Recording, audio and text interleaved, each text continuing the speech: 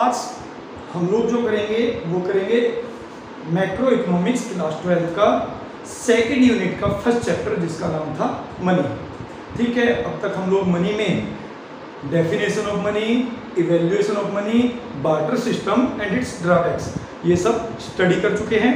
तो उसका जो नेक्स्ट टॉपिक है बेटा that is form of money, means type of money. तो आज हम लोग ये स्टडी करते हैं। सबसे पहले आता है बेटा fiat money. Fiat money is that medium of exchange which is issued by the government in an economy. मतलब फिएट मनी कौन सी मनी है बेटा? जो एक देश में सरकार के द्वारा जारी की जाए उसको हम कहते हैं फिएट मनी। ठीक है, भारत में फिएट मनी का एग्जांपल क्या है? Coins, paper currency.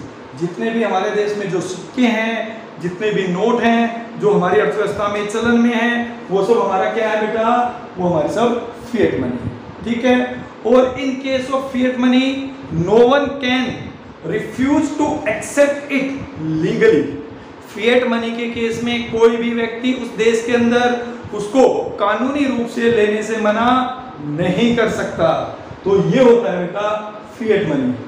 दूसरा जो है वो है fiduciary money. Fiduciary money is that kind of medium of exchange which is used by the mutual trust of पेई एंड पेयर। मतलब फ्यूडिशरी मनी कौन सी है बेटा? ये वो मनी है जिसको हम मीडियम ऑफ एक्सचेंज के रूप में यूज तो कर सकते हैं, बट यहाँ पर एक कंडीशन है, वो यूज तभी होगी जब देने वाले और लेने वाले के बीच आपस में परस्पर बहुत अधिक विश्वास हो। इसका एग्जाम्पल होता है चेक। जैसे कि कोई मिस्टर ए मिस्टर बी को चेक देना चाहे, बट मिस्टर बी को मिस्टर ए पर विश्वास नहीं है, तो वो उस चेक को लेने से मना कर सकता है। वो उस चेक को लेने से मना कर सकता है जब तक उन दोनों का, लेने वाले का और देने वाले का आपस में ट्रस्ट नहीं होगा। तो चेक को हम मीडियम ऑफ एक्सचेंज, ठीक है, या फिर मनी के रूप में यूज नहीं कर सकते। तो ये था बेटा हमारा types of money, fiduciary money. Third one is called full bodied money. Full bodied money is that kind of money in which representative value of money is equal to its commodity value, is equal to its commodity value. या दूसरा इन्होंने बोला है full bodied money is equal to that kind of money in which money value is equal to commodity value. इसके example क्या होते हैं बेटा? इसके एग्जांपल है सिल्वर कॉइन्स,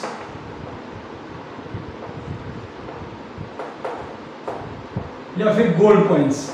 सिल्वर कॉइन्स के बारे में तो बेटा हमारी बुक में भी बताया गया है कि अंग्रेजों के टाइम पर एक सिल्वर कॉइन था। उस सिल्वर कॉइन में जितना रिप्रेजेंटेटिव था, मतलब जितना उस पर लिखा हुआ था, उतने का ही चांदी, उतने का ही सिल्वर उसमें लगा हुआ था। यानी उसकी मेटल वैल्यू भी उतनी थी जितनी की उसकी रिप्रेजेंटेटिव वैल्यू थी। या फिर आप इसको ऐसे समझ लीजिए, जैसे कि मान लीजिए 5000 रुपए का एक गोल्ड कॉइन है, 5000 रुपए का एक गोल्ड कॉइन है, तो उस पर रिप्रेजेंट कितना है, उस पर कितना लिखा होगा? 5000 रुपए। तो उसमें गोल्ड भी अगर 5000 रुपए का ही लगा है, उसमें अगर गोल्ड भी 5000 रुपए का ही लगा है, तो उसको कहते हैं फुल बॉडीड मनी, जहां पर मेटल वैल्यू और इसके अलावा उसकी रिप्रेजेंटेटिव वैल्यू एक दूसरे के इक्वल है। Last one is called credit money. Credit money is that kind of money in which representative value of money is more than its metal value. Representative value of money is more than its metal value, और money value is greater than commodity value. जैसे कि हमारे देश में अभी जो फिलहाल 10 रुपए का सिक्का चल रहा है, इंडियन कॉइन्स, ठीक है, इसका एग्जांपल आप क्या दे सकते हो? Indian coins. जैसे कि हमारे यहाँ पर जो 10 रुपए का कॉइन है, उसकी रिप्रेजेंटेटिव वैल्यू है 10 रुपीज, उसकी मनी वैल्यू है 10 रुपीज। बट बहुत ऑब्वियस है बेटा, उसमें जो मेटल लगा होगा, ठीक है, उसमें जो कमोडिटी लगी है, उसकी वैल्यू 10 रुपए से बहुत कम है। इसलिए इसको हम क्रेडिट मनी कहते हैं, क्योंकि ये चलेगा ज्यादा में और उसकी मेटल वैल्यू होती है बहुत कम। तो these are the 4 kinds of money. ठीक है बेटा। तो बेटा अब हम लोग बात करते हैं इस चैप्टर के नेक्स्ट टॉपिक की, जिसका नाम है सप्लाई ऑफ मनी। सबसे पहले हम लोगों को ये ध्यान रखना है कि supply of money is a stock concept. Stock concept का मतलब क्या है? स्टॉक कॉन्सेप्ट का मतलब है कि जब हम सप्लाई को मेजर करेंगे तो we will measure it at a given point of time. तो सप्लाई ऑफ मनी का मतलब होता है total money held by the people of an economy at a given point of time. और टोटल मनी इन सर्कुलेशन मतलब कि एक निश्चित समय बिंदु पर एक अर्थव्यवस्था में, एक देश में लोगों के पास जो कुल मुद्रा की मात्रा है उसे हम मुद्रा की पूर्ति कहते हैं, उसे हम मुद्रा की पूर्ति कहते हैं। It is the total money held by the people. ये बोला गया है कि लोगों के पास जो पैसा है वो मनी जो सर्कुलेशन में है। अब मैं इस पे क्यों जोर दे रहा हूं बेटा? क्योंकि यहां पर देखिए जो मनी है वो दो इंस्टीट्यूट और हैं जिनके पास हो सकती है। एक है सेंट्रल गवर्नमेंट या आरबीआई, ठीक है। दूसरा है banking system of the economy. इनके पास भी मनी का स्टॉक हो सकता है, but these will not be included in the terms supply of money. क्योंकि ये क्या है बेटा? These are the supplier of money. और सप्लायर ऑफ मनी के पास कितना भी स्टॉक हो सकता है उसको हम मनी सप्लाई का हिस्सा नहीं मानते, ठीक है। मनी सप्लाई में केवल उस मनी को इंक्लूड किया जाता है बेटा जो कि सर्कुलेशन में है, जो कि अर्थव्यवस्था में चलन में है, जो कि लोगों के पास है, चाहे वो किसी भी रूप में, ठीक है। तो इसमें अब हम आगे स्टडी करेंगे मेजर्स ऑफ मनी सप्लाई, कि हम मनी सप्लाई को कैसे मेजर करते हैं। मनी सप्लाई मेजर करने के कई सारे कंपोनेंट्स हैं, M1, M2, M3, M4। But जैसा कि मैंने आपको बोर्ड पर दिख रहा है, हम लोग स्टडी करेंगे केवल M1 measures of money supply, क्योंकि 12th में हमें जो स्टडी करना है वो केवल M1 करना है। And M1 is consisted of 3 components. First one is called C here stand for currency. C here stand for currency. It is the total money held by the peoples, including coins and notes. ठीक है। जितना पैसा एक point of time पे जनता के पास है, लोगों के पास है, उसको हम C से डिनोट करते हैं। C का मतलब यहाँ पर करेंसी है। तो M1 का पहला कंपोनेंट C। दूसरा कंपोनेंट है DD का मतलब है डिमांड डिपॉजिट, मतलब पब्लिक का वो पैसा जो कॉमर्शियल बैंकों में जमा है, जिसको वो कभी भी डिमांड कर सकती है, जिसको वो कभी भी निकलवा सकती है, चेक के थ्रू या फिर किसी और को ट्रांसफर कर सकती है। वो सब मनी सप्लाई का हिस्सा माना जाता है, इसलिए इसका नाम रखा गया DD, यानी डिमांड डिपॉजिट। पब्लिक का वो डिपॉजिट जिसको वो कभी भी डिमांड कर सकती है, और डिपॉजिट का है कॉमर्शियल बैंक में, ठीक है। तीसरा और लास्ट जो इसका कंपोनेंट है बेटा, उसका नाम है OD मतलब अदर डिपॉजिट। देखिए पहला कौन सा आया? Currency held by the public. दूसरा आया currency held by the commercial bank, but वो किसका है? पब्लिक का ही है, जिसको पब्लिक कभी भी निकलवा सकती है। तीसरा OD में करेंसी हेल्ड बाय द, ठीक है, RBI, currency held by the RBI, और ये भी किस रूप में है? डिमांड डिपॉजिट के रूप में। इसमें 3 कंपोनेंट नॉर्मली हम लोग स्टडी करते हैं। सबसे पहला है डिमांड डिपॉजिट विद RBI और public financial institute. Demand deposit with RBI और पब्लिक फाइनेंशियल इंस्टीट्यूट। इसमें क्या आता है बेटा? जैसे कि नबार्ड ने अपना कुछ पैसा RBI के पास जमा करा रखा है, वो भी डिमांड डिपॉजिट के रूप में, जिसको वो कभी भी विड्रॉ कर सकता है, तो वो भारत में मनी सप्लाई का हिस्सा माना जाता है। डिमांड डिपॉजिट विद RBI और फॉरेन सेंट्रल गवर्नमेंट और फॉरेन सेंट्रल बैंक, वो विदेशों की सरकार के द्वारा या विदेशी केंद्रीय बैंकों के द्वारा RBI में अगर मांग जमा के रूप में पैसा जमा है, वो भी मनी सप्लाई का हिस्सा है।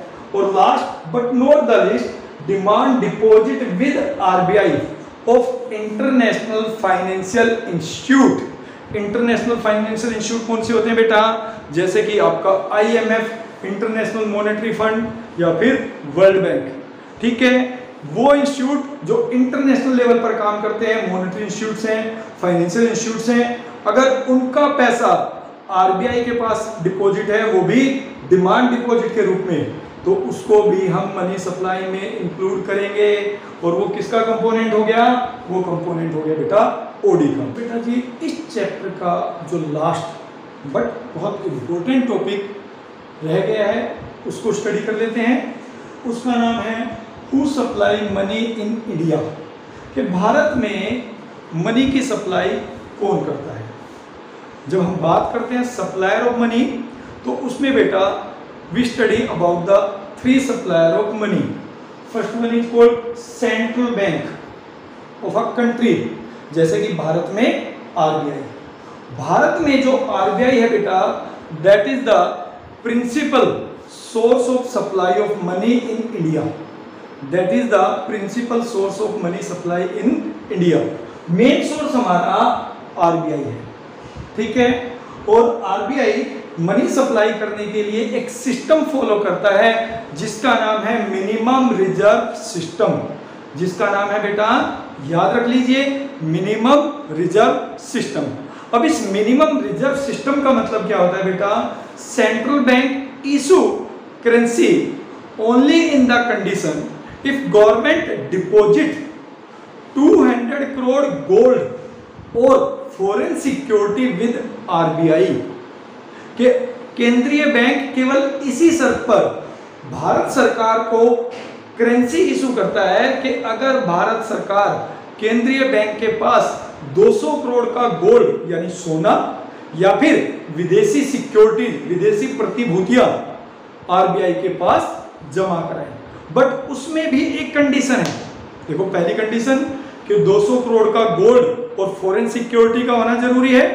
बट उसमें भी कंडीशन ये है कि इस 200 करोड़ में कम से कम 115 करोड़ के गोल्ड का होना जरूरी है। 115 करोड़ के गोल्ड का होना जरूरी है, इसलिए इसका नाम रखा गया है minimum reserve system. Means in 200 crore there must be value of gold worth rupees 115 crore. कम से कम 115 करोड़ का गोल्ड जरूर हो। ज्यादा कितना हो सकता है, बट कम से कम 200 करोड़ में से 115 करोड़ के गोल्ड का होना जरूरी है। इसलिए नाम रखा गया मिनिमम रिजर्व सिस्टम के 115 करोड़ का गोल्ड कम से कम हो और टोटल मिला के 200 करोड़ के गोल्ड और फॉरेन सिक्योरिटीज भारत सरकार को आरबीआई के पास जमा कराना पड़ेगा। उसके बदले आरबीआई भारत सरकार को करेंसी इशू करेगी, ठीक है। दूसरा जो सोर्स है बेटा, सेकेंडरी इंपॉर्टेंट सोर्स है commercial bank. Commercial bank actual में करेंसी इशू करने की अथॉरिटी नहीं रखते हैं। वो नई करेंसी इशू नहीं कर सकते बेटा, बट एक प्रोसेस है जिसको कहते हैं क्रेडिट क्रिएशन या फिर मनी क्रिएशन, जो कि हम इससे नेक्स्ट वाले चैप्टर यानी बैंकिंग में पढ़ेंगे, क्योंकि उसमें कॉमर्शियल बैंक आएगा।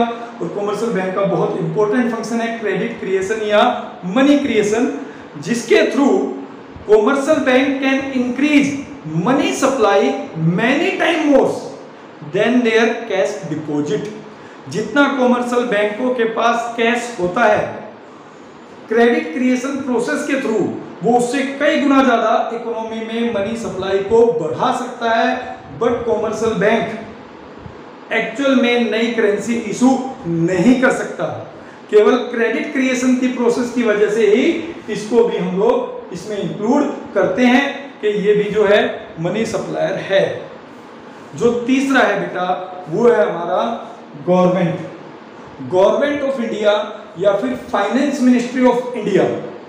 गवर्नमेंट ऑफ इंडिया या फिर फाइनेंस मिनिस्ट्री, उसके बिहाफ पर फाइनेंस मिनिस्ट्री ऑफ इंडिया हमारे देश में 1 रुपए का नोट और जितने भी कॉइन्स हैं, चाहे बेटा वो 1 रुपए का कॉइन्स हो, 2 रुपए का कॉइन्स हो, 5 रुपए का कॉइन्स हो या 10 रुपए का कॉइन्स हो, 1 रुपए का नोट और जितने भी कॉइन्स हैं वो सब हमारे देश में जो इशू करती है वो है बेटा गवर्नमेंट ऑफ इंडिया और उसके बिहाफ पर फाइनेंस मिनिस्ट्री ऑफ इंडिया। ठीक है बेटा, this is how we supply money in India. There are 3 supplier. पहला बेटा मेन जो है दैट इज सेंट्रल बैंक, ठीक है, हमारा आरबीआई। दूसरा जो है बेटा कॉमर्शियल बैंक, बट फिर बता रहा हूं कि commercial bank new currency issue नहीं करता, केवल उसके पास जितना कैश जमा है उससे कई गुना ज्यादा वो इकोनॉमी में मनी सप्लाई बढ़ाने में हेल्प करता है एक प्रोसेस के थ्रू जिसका नाम है क्रेडिट क्रिएशन। ठीक है, क्रेडिट क्रिएशन साख सर्जन बोलते हैं। और तीसरा जो है हमारा है finance ministry of India. Finance ministry of India जो कि गवर्नमेंट ऑफ इंडिया के बिहाफ पर 1 रुपए का नोट, पेपर करेंसी, 1 रुपए का जो नोट है वो और जितने भी कॉइन्स है वो इशू करते हैं। ठीक है बेटा, that's all for about this chapter. अब हम लोग मिलेंगे नेक्स्ट क्लास में नेक्स्ट चैप्टर के साथ, ठीक है, जिसका नाम है बैंकिंग। तब तक के लिए गुड बाय।